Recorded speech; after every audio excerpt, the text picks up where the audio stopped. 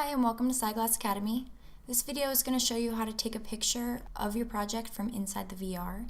If you'd like the pictures to save directly to your computer, first go into your settings and check the box that says Save Images to Pictures. Otherwise, you'll have to manually save each picture from your project library later on. Open your project and select the camera tool from the toolbar.